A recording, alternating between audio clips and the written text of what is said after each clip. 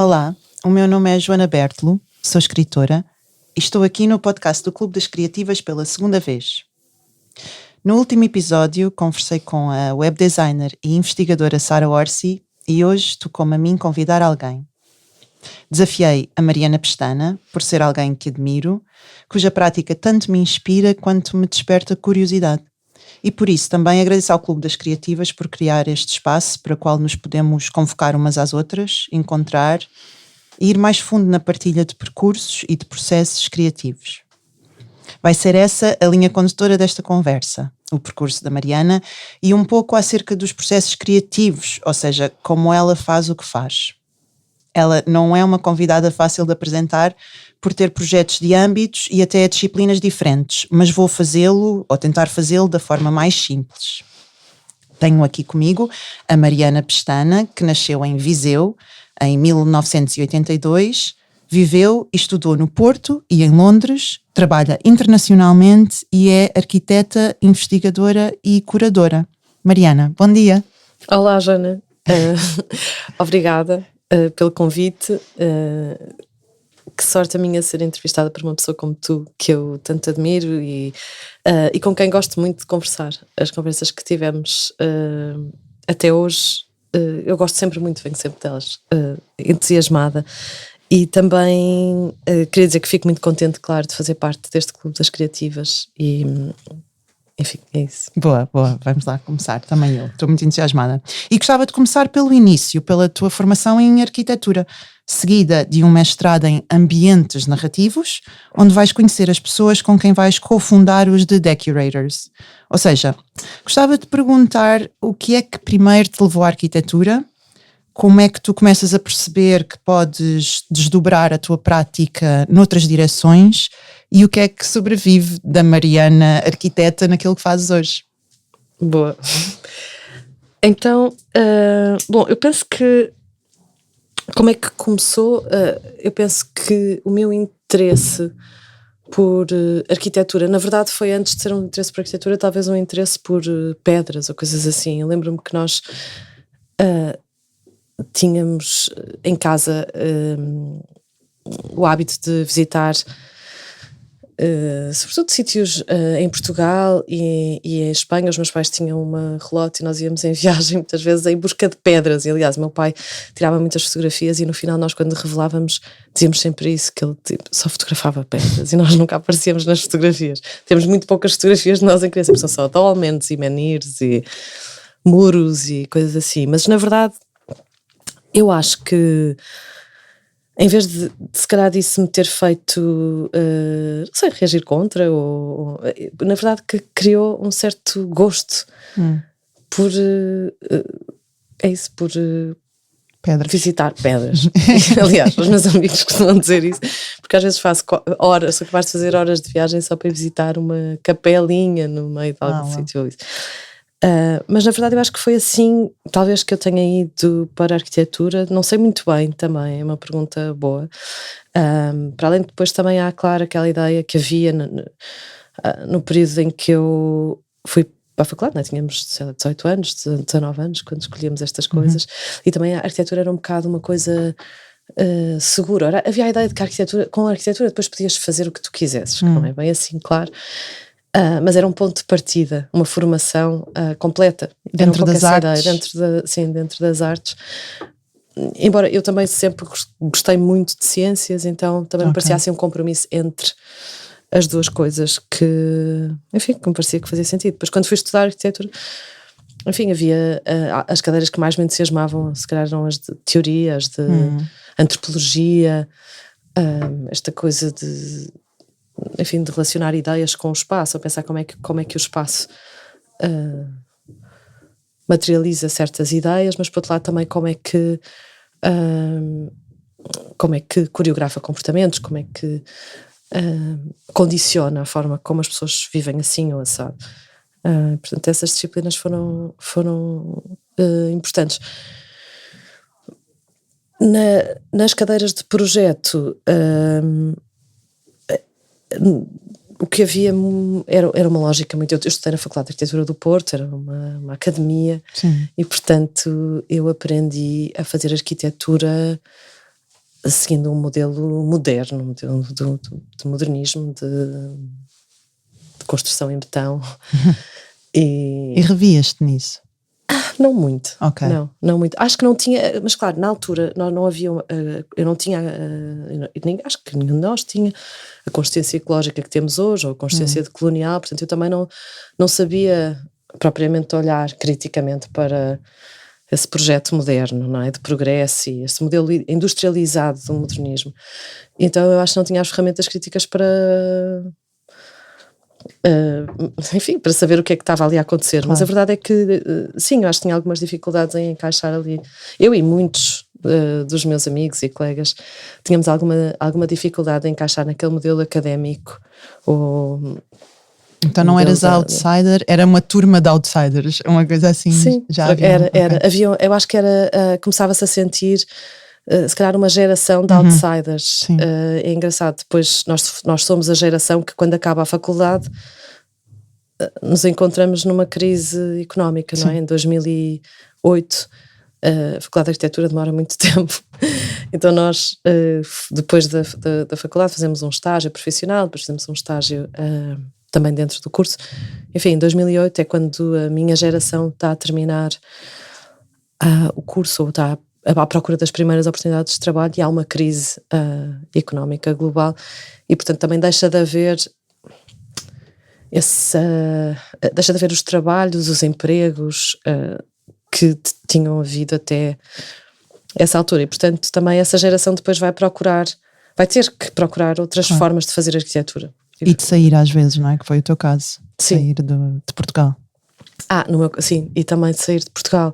Eu saí de Portugal muito à procura de um complemento. Eu interessava-me muito por estruturas narrativas e ficção em si. Então fui um pouco à procura disso para fora. Na altura fui bolseira da Gulbenkian, que é esta entidade incrível que nos permite ter este tipo de experiências. E foi muito bom, mas eu acho que também não foi só, acho que eu ter saído da arquitetura não foi só fruto de sair de Portugal, eu acho que também foi muito fruto desse tempo histórico, não é? Dessa necessidade de inventar outra maneira de fazer arquitetura. Sim. Tenho um amigo que escreveu um livro na altura, ele dizia, agora já não se pode ficar à espera que o cliente ligue, não é? Ele dizia assim, Rory Hyde. E que fez um livro que foi muito importante, foram uma série de entrevistas a estas novas práticas na arquitetura, não é? Estas novas formas de fazer, que estavam a aparecer, eram tipo pessoas da nossa idade, mas estavam todos a inventar como é que haviam de trabalhar, o que é que haviam de fazer. Porque com a crise os grandes projetos terminam ou ficam só nos grandes ateliês, é mais ou menos essa a situação. Sim, há uma grande redução, até há a extinção de alguns ateliês de arquitetura, há uma redução do número de trabalhadores e há uma redução da encomenda de uma forma geral, e portanto acontece que enfim, os arquitetos têm que fazer, mas é um momento muito interessante, porque é um momento em que há muitos estúdios que começam a fazer a autoconstrução. É assim que surgem os decorators também, por exemplo. Nós, na altura, eu fui estudar para a Inglaterra, para Londres, e nesse curso que eu fui estudar conheci os outros decorators, que são Xavi, a Carolina e a Suzanne. Mas nessa altura, nesse mesmo ano em que nós entramos neste curso que fomos estudar, no mestrado, nesse mesmo ano, em Londres, viviam os arquitetos que eram os Exist, que são os arquitetos franceses, que faziam arquitetura com as próprias mãos e juntavam amigos e alunos e não sei o quê, e também viviam nas próprias arquiteturas que construíam. Isto, a presença deles naquela cidade formou não só os decorators, mas uma série de outros estúdios, como por exemplo os Assemble, que são mais conhecidos. E havia muito esta ideia de que era possível fazer alguma coisa era possível fazer arquitetura com as nossas próprias mãos, então nós podíamos sair à rua e construir coisas. Então com isso vinha uma certa atitude um pouco politizada, mas também um pouco utópica. Grassroots, do it yourself, punk, assim, tomar o processo criativo todo às vossas mãos, não é? Do princípio ao fim, a garantir as condições todas, mas isso implica de certeza muita colaboração, não é? Não conseguiam só dentro dos arquitetos fazer... Não. Por exemplo, vocês nos The Decorators vinham de venham de zonas do saber muito diferentes, não é? Não eram todos arquitetos propriamente ditos. Não, a Carolina vem de psicologia, tinha tido uma formação em psicologia, o Xavi tinha estudado design de interiores e a Suzane arquitetura paisagista. Portanto, sim, nós tínhamos visões muito diferentes daquilo que era o espaço, ou o trabalho de fazer, enfim, construir lugares em que as pessoas se encontrassem, mas depois também para cada projeto aumentávamos a equipa para ter mais pessoas, porque os nossos projetos eram sempre assim uma espécie de um mecanismo que permitia a colaboração de muitas outras pessoas. E então, sim, mas nós próprios também mudávamos de papel, não é? Porque sim, ao abrir um restaurante tens que servir à mesa e, enfim, tens que aprender essas coisas para concretizar os diferentes projetos. Se não estou em erro, tu chegaste a organizar um campeonato de boxe. Sim, Portanto, assim, no fundo os projetos respondiam às necessidades dos lugares, não é? Do momento, e podiam levar-vos a qualquer tipo de tarefas, não é? Sim. Sim, até mais do que as necessidades, eu acho que nós procurávamos ir ao encontro dos desejos das pessoas que conhecíamos nos lugares. Então era um pouco concretizar, assim, ideias e concretizar sonhos das pessoas, ou concretizar era isso, tornar reais certas possibilidades que existiam ali no imaginário das pessoas com quem nós estávamos a trabalhar. E o boxe foi assim mesmo, não é? Porque conhecemos um clube amador de boxe que nunca tinha feito um torneio e acabámos por fazer com eles, mas isso tudo fazia parte de um processo que era um processo de testar coisas para um lugar. E portanto o torneio de boxe não existiu sozinho, existiu num contexto de testar também um cinema e testar também um palco de música para perceber como é que um espaço público poderia ser utilizado, como é que fazia parte enfim, exato, uma série de testes ou ensaios, nós até gostávamos mais de lhe chamar ensaios, de utilização ou de programa para um lugar. Em arquitetura o programa nós chamamos esta a função, não é, mais do que a função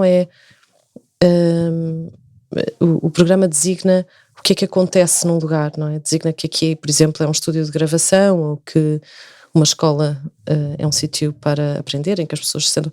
Mas com o programa vem também normalmente uma estipulação de uma série de regras e de expectativas e organização espacial. Mas pronto, isso tudo faz parte também do trabalho dos arquitetos. Sim. Mas aqui, apesar de tudo, apesar dos modos de fazer na arquitetura acabares por explorar se calhar coisas fora do mais académico ou do mais convencional, ainda estás aqui dentro do universo dos arquitetos, não é? E como é que surge a curadoria? Que é o que tu também fazes hoje, não é? Como é que... É um salto ou é uma continuidade? Olha, eu acho que é um pouco acidental. Aconteceu porque... digo acidental no sentido em que não foi propriamente planeado. Eu nunca estudei curadoria ou história da arte, não é? E a história da arquitetura que eu estudei foi sobretudo nos meus anos como na faculdade. Sim. Eu acho que o que aconteceu foi que o tipo de projetos que eu fazia com os decorators eram muito colaborativos. Então era aquilo começava com uma ideia, uma estrutura, e depois vinham pessoas, por exemplo, no caso de um restaurante que fizemos, vinham pessoas cozinhar, mas depois vinha também alguém pôr música, e depois vinha alguém fazer os guardanapos, depois vinha alguém. Então esta forma de fazer um espaço, de construir um espaço, trazia assim muitas pessoas.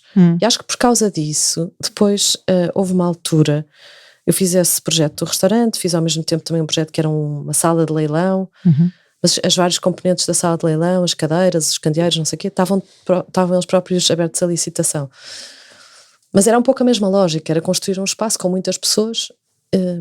E então aí houve uma amiga minha, na altura, que era a Beatriz Galilé, que estava a fazer a primeira Trienal de Arquitetura cá em Lisboa, internacional, e na altura ela disse: olha, o que é que achas de fazer estas coisas que estás a fazer, mas numa escala um bocadinho maior, no contexto de uma exposição? E eu achei gostei do desafio, mas não percebi muito bem o que era. Então depois daí a coisa foi avançando, foi-se transformando mais em formato de exposição, mas era a mesma ideia sempre de convocar várias pessoas para construir um espaço comum. Claro. E depois chegaste a ser curadora da 5ª Bienal Design de Istambul e hoje és curadora do Centro de Arquitetura do Museu de Arte Contemporânea do CCB. Sei que Istambul foi particularmente desafiante porque foi em altura da pandemia, não é? Deve ter sido qualquer coisa. Mas pronto, também deve ter, como todos nós, tiveste de redesenhar o próprio processo criativo e adaptar tudo. Exato. Ainda não estamos prontos para falar disso, não é? Ainda estamos naquela fase de negação em que ninguém fala da pandemia. Sim, eu no outro dia pensei nisso e já passaram 5 anos da pandemia. E continuamos a não querer falar sobre isso. Ainda não sabemos o que é que aconteceu. Ainda estamos a olhar para a frente, sim. Mas pronto, imagino que uma Bienal dessa escala, não é? Da importância da Bienal de Istambul deve ter sido um grande desafio. Muitas horas de Zoom, é logo o que eu prevejo, não é? E foi, sim, totalmente, sim. Essa é a parte menos divertida, não é? Porque houve realmente esse movimento de passar tudo para digital, assim um pouco abrupto nessa altura. Mas, por outro lado, houve coisas que foram engraçadas que aconteceram por acaso por causa dessa condição. Porque quando nós percebemos, eu estava a trabalhar com 2 outras curadoras que eu convidei, que foi a Billy e a Sumitra, Billy Muraben e a Sumitra Appam, e elas, e nós as 3, enfim, em diálogo com a diretora da Bienal, que é a Denisova. Quando isto aconteceu, nós ficamos tipo, o que é que nós vamos fazer? Como é que vamos dar resposta a isto? E não era possível, dada a fragilidade económica desta Bienal especificamente, não era possível adiar, simplesmente. E então nós percebemos logo que iríamos ter que fazer a Bienal, mas não ia haver, por exemplo, público, muito menos um público internacional. E de certa forma isso também nos libertou de uma certa ideia de Bienal, não é? Esta ideia de qualquer coisa que cai numa cidade e vem a inteligência toda ver e escrever sobre aquilo, enfim.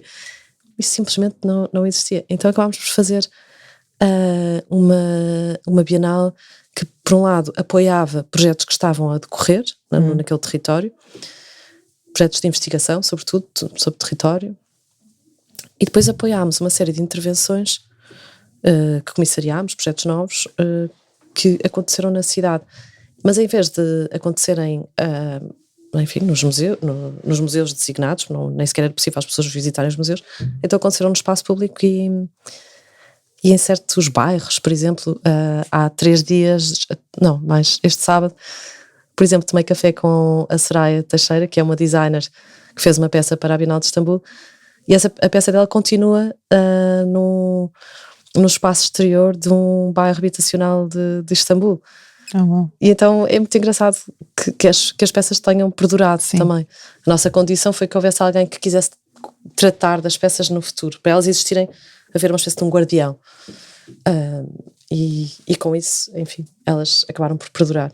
Tornou-se uma experiência muito mais local do que teria sido se pudessem fazer viajar peças e pessoas de todo o mundo, por todo o mundo, não é? Sim. Que é o hábito. Sim, e acho que isso também fazia sentido com o espírito do tipo de trabalho que nós queríamos celebrar e que queríamos investigar, porque acabou por ser mais de 80% daquilo que se fez foi feito em Istambul, localmente, portanto houve muito poucas viagens e deslocação de coisas e objetos e transportes, foi quase tudo feito lá, localmente. Nesse sentido muito mais sustentável, não é? Sim. Era uma Bienal do futuro sem... Mas a pandemia também quase que nos forçou a avançar em certas coisas, por muito que depois tínhamos escolhido coletivamente regredir. Mas voltando à ideia das infinitas horas de Zoom, uma coisa, pronto, perante as coisas tão diferentes que tu fazes, não é? A investigação, a curadoria, também das aulas, se tu consegues, deve ser um exercício difícil, mas se eu agora fosse tua sombra durante uma semana, tentar um dia típico teu, em termos de processo. Tentas resguardar o tempo que estás sozinho ou o tempo que deves ter imensas reuniões, isso eu deduzo, não é? Porque trabalhas sempre em equipa, mas o teu processo criativo, se guardas um tempo para ti, se são leituras, se passas muito tempo entre e-mails, telefonema, ou seja, se consegues minimamente, entendendo à partida que todos os dias devem ser diferentes, não é? Que é muito também típico Sim. das profissões criativas contemporâneas, se podias assim inventar um dia típico só para nós visualizarmos. Eu por acaso tenho imensa dificuldade em pensar nisso, mas eu acho que se calhar há dois modos. Um modo mais introspectivo, há dias que são mais introspectivos e que são mas são momentos ou fases, não é? Mais que têm muitas leituras, sobretudo, e tempo para estruturar ideias, fazer enfim, muitos desenhos ou diagramas ou enfim, coisas assim sim, mas há assim esse um momento de introspeção, e depois há também a outra fase, que é essa fase quase frenética de reuniões e de estar com outras pessoas a discutir ideias e a trabalhar em conjunto. Isso eu prefiro muito mais quando isso acontece ao vivo, mas hoje em dia também acontece muito online enfim, por um lado porque este tipo dos softwares, não é? Dos Zooms e Skypes e não sei o quê, permitiu-nos também trabalhar com pessoas que estão muito longe. E por outro lado também facilita, enfim, há pessoas que hoje preferem não se deslocar, até mesmo dentro da mesma cidade e reunir por Zoom. Mas eu acho que eu gosto muito também de trabalhar em conjunto. Gosto mesmo muito, acho que desse diálogo depois, enfim, surgem ideias e surgem formas enfim, de resolver, e as coisas ganham forma a partir da conversa e do diálogo, não é? Sim. Eu sempre gostei muito de trabalhar em equipa e, por exemplo, mesmo nesses anos que foram muito formativos para mim de decorators, não é? De começarmos a trabalhar em conjunto, nós vinhamos sempre para a mesa com uma série de propostas e raramente havia uma dessas propostas que saía da mesa, não é? No fundo havia uma transformação total das coisas, várias coisas tinham aparecido e depois faziam a coisa que saía. E essa horizontalidade que nós praticávamos por questões, enfim, ideológicas, por razão da nossa amizade também, da forma como nós nos tínhamos conhecido, mas procurávamos sempre estender às outras pessoas que se iam juntando à nossa equipa. E eu, hoje em dia, não é, já passados muitos anos desse começo, percebo que é raro.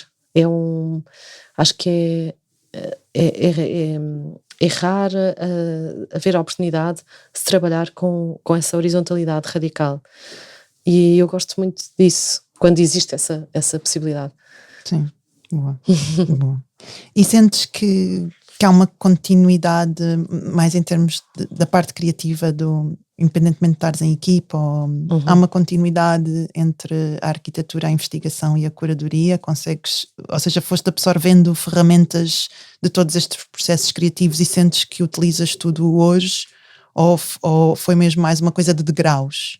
Houve o degrau da arquitetura, depois o degrau da investigadora e o degrau da curadora, por assim dizer. Ou seja, unidades mais estanques ou mais uma coisa mais fluida? Há certamente fluida. Ok. Eu acho que estas coisas, os projetos de investigação que têm aspectos curatoriais,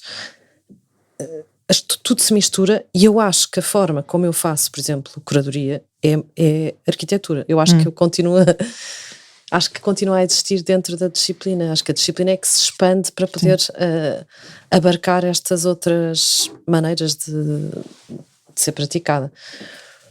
Mas eu penso que o que sai é um híbrido desses modos. Sim, não sei se...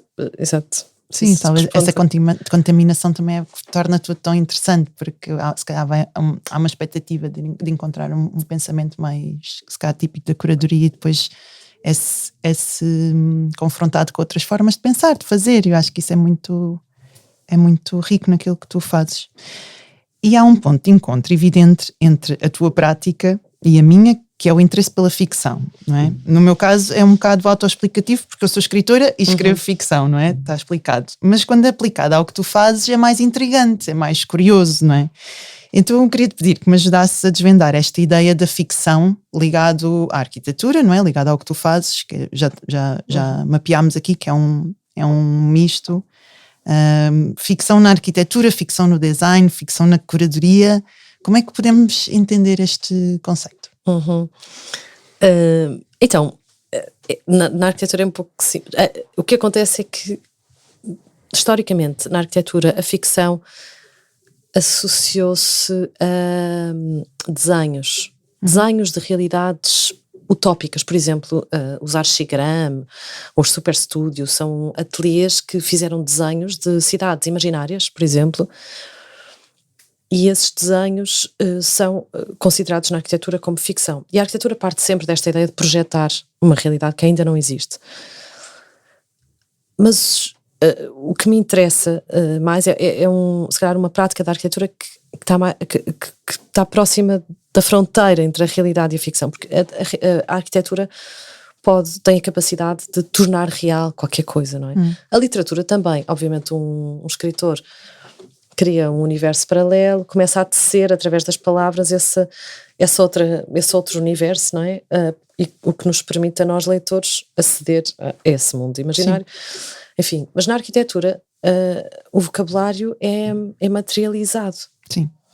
E então, na arquitetura, essa outra realidade, esse mundo possível,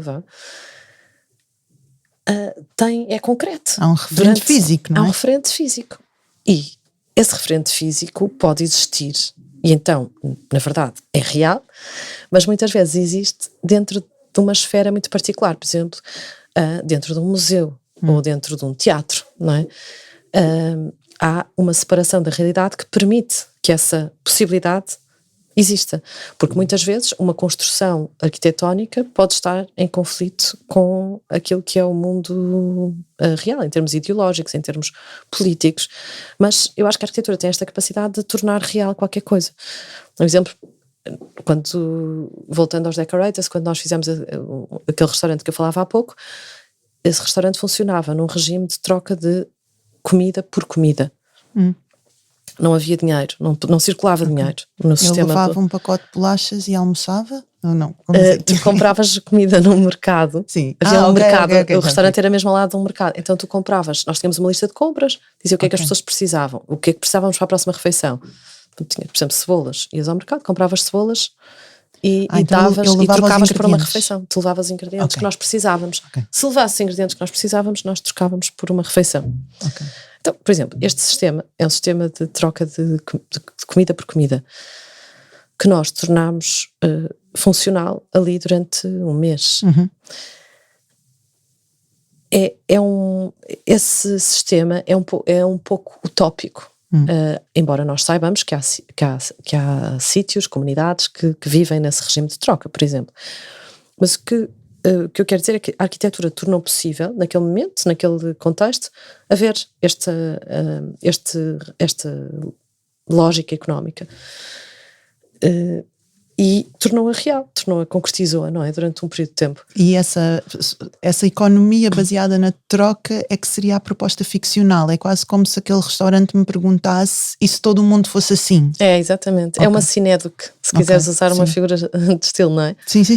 É uma cinédoque, é um pedacinho que te tornas real de uma possibilidade maior, não é?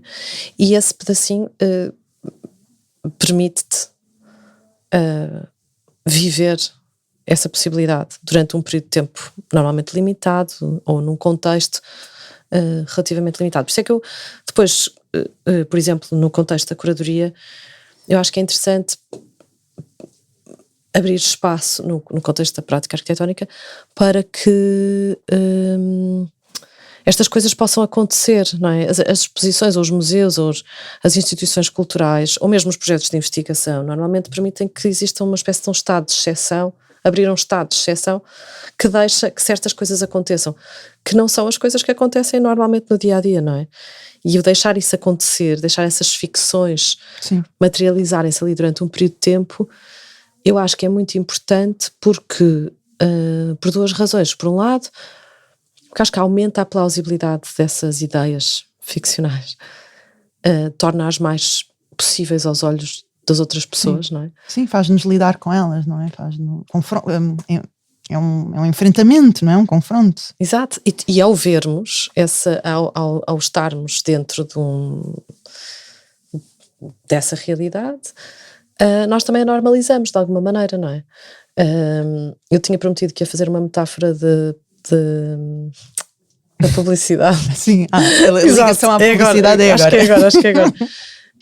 Que há esta ideia que eu gosto muito de product placement, não é?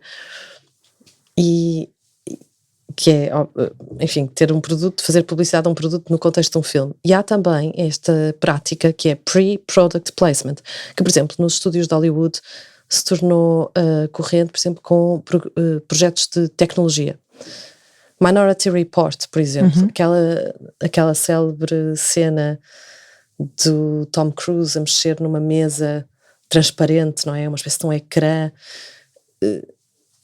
Este género de estruturas são objetos de design, são tecnologias que ainda não existem propriamente no dia-a-dia das pessoas, mas que já existem em laboratórios de investigação, e há uma colaboração, é bastante comum, entre filmes de ficção científica e laboratórios de investigação para introduzir essas tecnologias nos filmes, com isso naturalizá-las. Também fazer parte do imaginário coletivo, não é? Exatamente. Okay. Isso é muito interessante. E eu acho que é interessante fazer isto também com outras questões que não são tecnológicas só, mas que são, por exemplo, políticas ou ecológicas. E acho que é interessante usar a arquitetura, também pode funcionar um pouco como os filmes de Hollywood, não com o mesmo encanto, claro, mas enfim, também permite que haja uma naturalização e isso, que certas ideias sejam inscritas no imaginário coletivo, como dizes. Sim, a mim surge muito, os processos da ficção antecipatória, não é? Das distopias, como conhecemos melhor. Ou seja, se tiveres um grupo de arquitetos dedicado a pensar edifícios para uma subida de 2 metros do nível de um mundo onde os oceanos, o nível o nível médio do mar, está-me a falar aqui uma palavra qualquer, tenha subido. Sim. Esse exercício, sendo muito concreto, não é? É para uma realidade ficcional antecipatória, não é? Da mesma forma que eu conto um conto em que a cidade de Lisboa ficou inundada e agora como é que vamos viver, não é? É quase o mesmo gatilho inicial. Exatamente, só que neste contexto desenha-se a arquitetura para esse cenário. E curiosamente, por exemplo, agora estamos a trabalhar com os Superflex, que são um estúdio, um coletivo de artistas de Copenhaga, mas que trabalham muito com o ateliê de arquitetura cá em Lisboa, que são os KWY, e em conjunto eles estão a fazer uma intervenção nos jardins do CCB, precisamente para esse cenário que tu estavas a descrever. Okay. Pois, porque aquela zona fica inundada logo, né? Exato. Onde está o Centro Cultural do Belém. Mas é muito bonito ao mesmo tempo, porque são umas esculturas que são interessanentes não só para nós, pessoas, mas também para os peixes que irão habitar aquele espaço. E então tem cores. Eles trabalharam muito com um cientista comportamental para perceber o que é interessante potencialmente para moluscos, neste caso. Claro, isso é o lado mesmo muito poderoso da imaginação, porque eu imagino que eu, confrontada com a realidade, com a materialidade desse objeto, tenho dificuldade em ignorar um cenário em que a zona toda de Belém está inundada, não é? Porque é é isso, é o meu corpo em relação a uma estrutura, já não é, nem sequer é uma estrutura mental, ainda que obviamente ler um conto eu acho que também tem o mesmo tipo de poder de nos pôr lá, de nos colocar lá, mas aí é mesmo, é mesmo física, é mesmo uma experiência física. Bom, então há mesmo uma ponte forte entre a ficção, entre as nossas duas áreas de fazer. E além de tudo isto, tu também deste aulas, ou ainda dás? Dou. Também ainda dás, ok. Que é, nomeadamente no Central St. Martin's e no Chelsea College of Arts, e por cá no Instituto Superior Técnico em Lisboa, que é onde ainda dás. Então, sim, que é onde eu trabalho.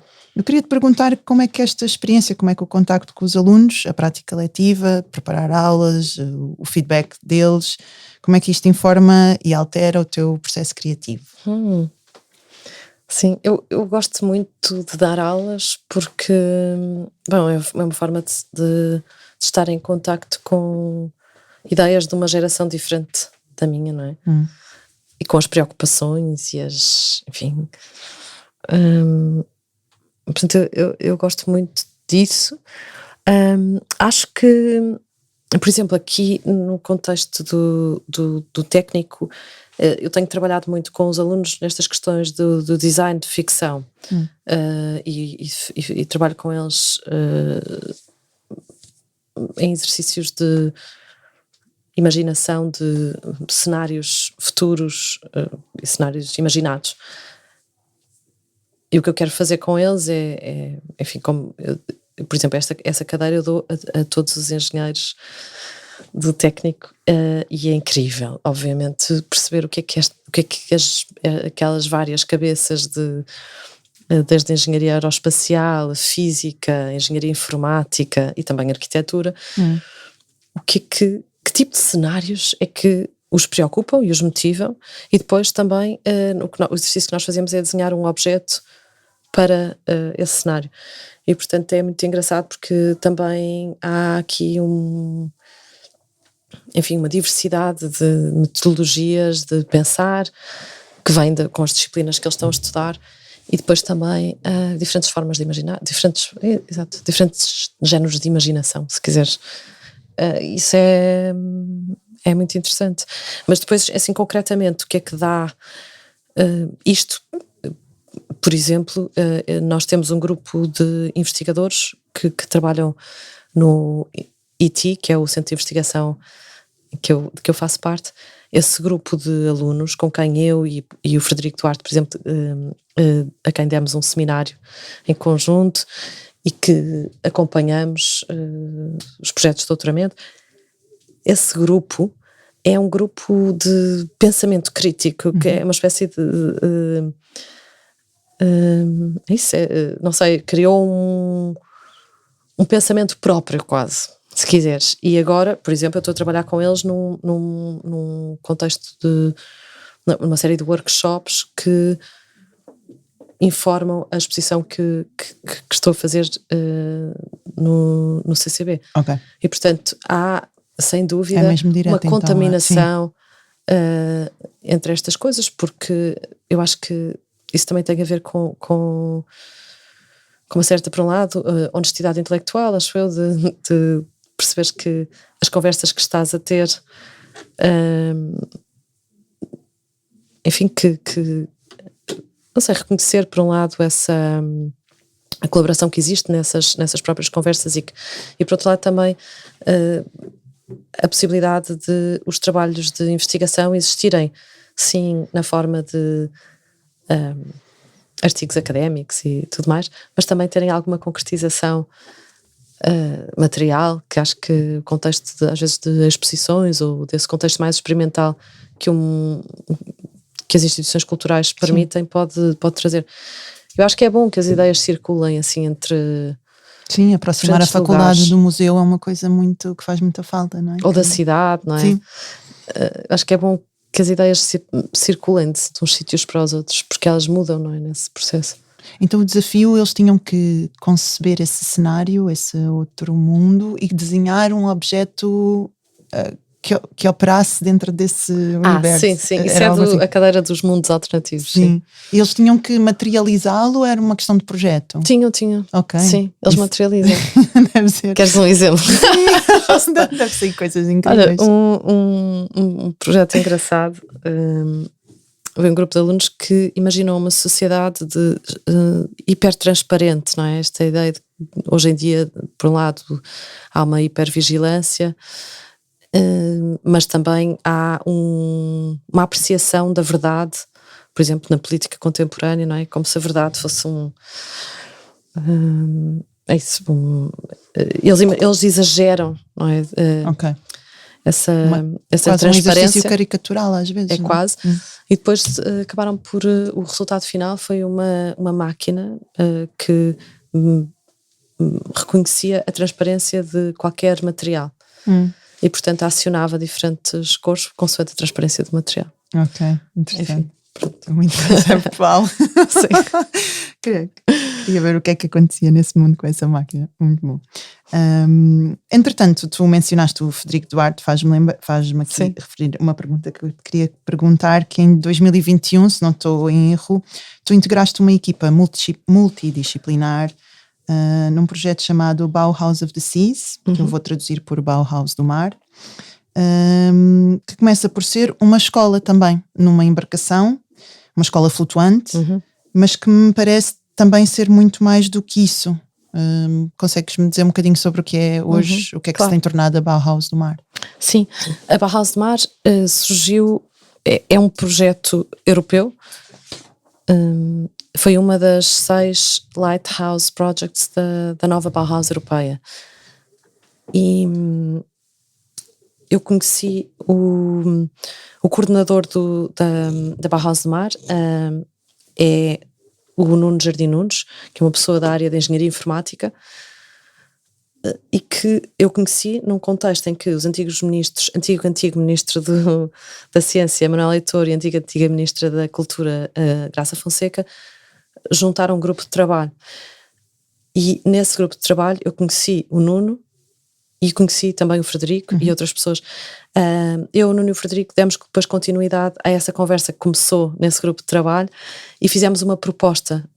Essa proposta acabou por ser vencedora e, portanto, é um projeto europeu que junta muitos parceiros, mas que é coordenado a partir daqui de Lisboa, do Instituto Superior Técnico, e que no fundo, o projeto decorre em 8 cidades. E através de projetos piloto, que nós chamamos de gotas, uma espécie de drops, que são tipo pequeninos projetos, reimagina a forma como as cidades se relacionam com os ambientes, com ecossistemas aquáticos. Por exemplo, aqui em Lisboa é o estuário do Rio Tejo, mas em Hamburgo é o Rio Elbe, ou enfim, há mares. Em Veneza é a Lagoa, por exemplo. São tudo cidades portuárias? São tudo cidades costeiras. Okay. Que representam uma grande, sim, uma percentagem grande das cidades europeias. E, portanto, isto começou como este projeto, enfim, concreto, não é? Uma candidatura e tudo isso, mas nós escrevemos desde logo um manifesto no início e queríamos que isto fosse uma espécie de um movimento comum. E está em curso, ainda está a decorrer. Okay. Os projetos estão a decorrer. Aqui em Lisboa os projetos piloto foram lançadas open calls e já foram realizadas residências artísticas, por exemplo aqui em Lisboa, em Oeiras, e noutros países também, e andámos a testar coisas como, por exemplo, a ideia de uma dieta ou de um menu, que testámos no CAM, na Gulbenkian, mas também testámos numa escola, e que testámos em Hamburgo também, a ideia de um menu ou de uma dieta que pode ser regenerativa do rio. Wow. Ou seja, cultivar, sim, por exemplo, incorporando espécies que queremos preservar e que, portanto, através de uma cultura gastronómica podemos incentivar a que continuem a existir, ou, pelo contrário, espécies que sejam invasoras, como é o caso de certos peixes, por exemplo, que são introduzidos em Espanha em desporto de caça e que depois acabam por se tornar muito predominantes e desequilibrar o ecossistema. E, portanto, através da dieta, mas é um projeto de investigação, atenção, nós fazemos experiências, claro. Essa é a parte maravilhosa de fazer projetos de investigação, é que se pode experimentar coisas e observar os resultados. Neste caso o laboratório era um almoço. Era? Sim, vários. Sim, vários almoços. Vários almoços e lanches e jantares e não sei o quê, mas isso é uma destas pequenas coisas, é um exemplo deste tipo de ações. Mas a verdade é que, por exemplo, o grupo de alunos que eu falava foram alunos que vieram até nós e vieram trabalhar connosco muito motivados por esta agenda da Bauhaus do Mar, e portanto acho que é um movimento que espero que tenha continuidade, e é uma investigação a longo prazo, acho eu. Ótimo, ficamos atentos. Então, outro ponto de encontro entre a tua prática e a minha é mesmo literal, porque nós as duas já tivemos a oportunidade de colaborar, ou melhor dito, eu já tive a sorte de fazer parte de um projeto teu. És muito querido. Que é por sua vez uma colaboração com a tua irmã, Joana Pestana, e chamou-se Edenex. Eu acho que na altura tenho a sensação que ainda não conhecia o teu trabalho, ou o vosso, foi este o meu primeiro contacto, e o que eu me lembro foi mesmo entusiasmante a criação de uma série de entidades digitais, aquilo era no Concord, numa plataforma, e nós criámos avatares, entidades digitais, não sei chamar-lhe de outra forma, com uma linguagem própria, e depois pudemos mesmo em tempo real vê-las interagir e fazer ver aquilo acontecer. Entretanto, sei que o Edenex já teve outras 2 edições, eu participei na primeira e deve ter ganhado outras vidas. Este é parte, creio eu, do teu lado curatorial, mas é um lado curatorial em que depois tu também entras criativa, ou seja, não é que a curadoria não seja criativa, mas é aqui, como estás com a tua irmã, parece-me uma situação muito mais próxima do que se calhar tu enquanto curadora do CCB, não é? Ainda que vais depois sempre buscar outras pessoas para trazer estas outras vozes. Era para falar um bocadinho se calhar sobre o Edenex no contexto do teu trabalho, claro. E, que é que e uma curiosidade pessoal que fiz parte da primeira edição, o que é que aconteceu nas outras 2? Queres só dizer quem é que tu eras lá? Lembras-te? Tu eras um haiku. Eu era o Haiku, que era uma brincadeira tecnológica com a ideia da haiku, então só escrevia assim umas entradas muito muito curtas, muito, como dizer, muito... Pronto, como às vezes são haiku, não tinham sentido, eram muito nonsense. Sim, mas era muito engraçado. Pois o Edenex é uma plataforma digital, é isso que corre no Discord. Nós, no início, eu e a Joana desenvolvemos isto com uma terceira pessoa, que é um programa, que é uma pessoa de informática, que é o Kevin Gallagher, e que, no fundo, o Kevin desenhou um botzinho que existe, que está lá no canal Discord, com todas estas vozes, com estes avatares todos que vocês eram, não é? E que depois traduzia para uma outra, um interface mais bonito e desenhado pela Joana, e que era através do qual as outras pessoas podiam seguir a conversa. Mas no fundo, eu acho que aquilo que nos interessa, e o projeto tem tido várias vidas, como tu dizes, e se tivesse aqui a Joana, se calhar ela falaria de outra forma do projeto. Sim. Porque ela, e o projeto até se tornou muito central, e neste momento é ela, sobretudo, quem leva em frente. Eu acho que aquilo que nos motivou foi uma vontade de pensar, que é uma questão que para mim continua a ser muito, muito central, e acho que tem a ver com a forma como nós podemos ou devemos, se quer, enfim, representar coisas, objetos, espécies, entidades que não têm uma voz que nós saibamos reconhecer, não é? Isso nós podemos falar em nome de...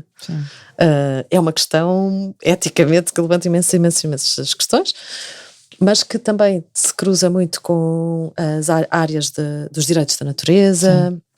Questões de representatividade, e acho que nós conhecemos muitos exemplos, especialmente na América do Sul, mas não só, também na América do Norte, na verdade, e também na Austrália, Nova Zelândia, de pessoas cujas vidas estão de tal maneira interligadas, são de tal forma interdependentes com certos rios, por exemplo, ou outros elementos naturais, ou floresta, que essas pessoas falam em nome da floresta ou em nome dos rios em tribunal, não é? Enfim, o povo Saraiaco, por exemplo, foi um dos grandes vencedores, não é? Contra uma empresa petrolífera na floresta da Amazónia, ganhou um caso em tribunal falando em nome da floresta. Mas claro, há uma legitimidade que lhes concede o direito de falar em nome da natureza, porque as suas vidas estão de facto muito, muito, muito interligadas com a vida da floresta. No contexto europeu, uma cultura secular, uma cultura muito diferente, nós não temos grandes mecanismos legais de reconhecimento de direitos, não é? De atribuição de direitos a esse tipo de entidades. De dar voz ao não humano. Então eu acho que é um pouco esta a questão. E depois é maravilhoso esta coisa de ser outra coisa. Sim. É muito divertido, não é? Tu que escreves. É o prazer de ser escritora. Pode sempre ser o outro e nem sequer um outro humano, não é? Pode ser uma entidade qualquer. Exato. E foi muito engraçado, porque a primeira edição em que tu participaste, nós deixámos que vocês pudessem convidámos várias pessoas a participar numa conversa que era sobre um jardim, foi para os Jardins Efêmeros em Viseu, e convidámos uma série de pessoas e também abrimos uma open call para pessoas que quisessem juntar-se ao projeto, e as pessoas podiam falar em seu nome próprio ou podiam ser o que quisessem. Nessa primeira edição houve algumas pessoas que eram elas próprias e algumas que eram outras coisas. Por exemplo, na mesma edição que tu, enfim, houve o Michael Marder, que é um filósofo, falou em nome próprio, mas, por exemplo, o Néstor Pestana, que é um designer e não é meu primo, escreveu em nome do vento, não era? Um vento. Era um vento. E o que eu quero dizer, mas depois da segunda edição, todas as pessoas quiseram ser outras coisas. Já ninguém queria ser o próprio, eles próprios, porque abrimos essa possibilidade, não é? Na primeira edição isso tornou-se possível, não é? Para aquelas pessoas que não tinham considerado essa hipótese. E então é isso, ele tem variado ao longo das várias edições e o que tem acontecido, que é muito interessante também, é que muitas vezes as pessoas escolhem ser o objeto do seu estudo. Por exemplo, nós trabalhamos com investigadores ou com pessoas que decidem que gostariam de falar em nome dessa coisa que estudam, seja uma enguia ou, enfim, ou uma pedra. Sim, voltamos às pedras. Vou aproveitar a pedra para voltar circularmente ao início, onde começámos, porque, claro, eu já sabia que o tempo ia passar a voar, já estamos mesmo em cima da hora, mas eu ainda te queria perguntar duas coisas rápidas. Uma é se há alguma coisa a acontecer neste momento para ti na cidade ou no país que tu queiras realçar. Nós estamos a gravar em Lisboa, mas espero que estejamos a ser ouvidas em muitos outros lugares e muitos outros tempos também, é a piada dos podcasts. Portanto, um filme, um evento, até pode ser o livro que esteja na estante da tua sala, algo que esteja aí que te apeteça recomendar. Ok. Olha, assim de coisas que eu vi recentemente, eu gostei muito da exposição da Viviane Kakuri, que está nas Galerias Municipais no Porto, e ao lado está também uma exposição do Jonathan Saldanha, e gostei muito de ver o trabalho da Viviane. Já acompanho há algum tempo e tem umas peças muito, muito bonitas com esta figura do mosquito que vai aparecendo sempre no som, mas aqui é numas telas que ela faz, é muito interessante. Depois eu estou a ler, por exemplo, um livro que se chama Flush, que é a biografia de um Cocker Spaniel. Que me vais passar a seguir, se faz favor. Da Virginia Woolf. Que é um livro muito engraçado. Acaba por ser uma crítica social, mas é narrado a partir da perspectiva de um cocker, de um cão. Sim. E isso é muito, muito engraçado, porque enfim, o livro acaba por existir contigo ao longo do dia quando vês cães a passar na rua e tudo mais, claro. E faz-te pensar muito o que é ver o mundo a partir desta altura. Sim. E deste tempo de vida, Sim. Essas coisas, é engraçado. E eu li, soube que existia este livro num outro livro que eu também recomendo muito e que acho que tu estavas a ler, não é? Que é o Animalidades. Sim, da Maria Esther Maciel, sim. Sim, que é ótimo e tem imensas referências de histórias em que essa deslocação do humano para o não humano é feita, ou seja, como é que a narrativa consegue esse trabalho difícil de procurar o ponto de vista do não humano sem projetar, não é? Porque o mais comum é nós tentarmos contar a história do ponto de vista do cão, mas depois atribuir ao cão todo um projeto humano, não é? Exato. E o mais difícil é suspender um pouco a nossa sensibilidade, não é? A nossa altura, a forma como nós navegamos no mundo e tentar mesmo, lógico que é impossível, não é um projeto utópico, mas tentar mesmo suspender aquilo que nós somos enquanto humanos e tentar entrar um bocadinho no universo do outro, não é? Daquilo eu acho que esse é o grande desafio destas literaturas agora, e o livro da Maria Esther Maciel mapeia isso muito bem e saí desse livro com uma lista de livros para ler. Exato. Não, eu acho também que é muito interessante esta ideia, não é que nós estejamos a humanizar essas figuras, não é? Essas personagens, mas eu acho que ao tentar ao tentar ver dessa perspectiva, nós estamos a animalizar-nos. Sim, pois é essa contaminação ao contrário que era ideal, isso não é? É que eu acho que é super interessante, não é? E que acontece nesses livros. Acho que na experiência de os ler também. Sim. A última recomendação é minha, mas é obviamente imparcial. Vou aproveitar para avisar quem nos está a ouvir que em abril de 2025, que é o ano em que estamos a gravar, inaugura no CCB a exposição Interespécies, com a curadoria da Mariana Pestana. No momento em que estamos a gravar ainda faltam alguns meses, portanto é possível que ainda estejam coisas por definir, ou mesmo coisas que não possas revelar, mas além de dizermos aqui adeus, das tuas palavras finais, será que nos queres dizer qualquer coisa muito breve sobre esta exposição? Posso dizer, sim. É uma exposição que fala sobre muitas das coisas que nós estivemos aqui a falar, na verdade, mas sobre um desejo de comunicar com outras espécies ou de ser, até entender, incorporar outras coisas, outras espécies, e depois também de coabitar. A arquitetura é uma exposição de arquitetura, embora convoque também livros, cinema, objetos vários, mas procura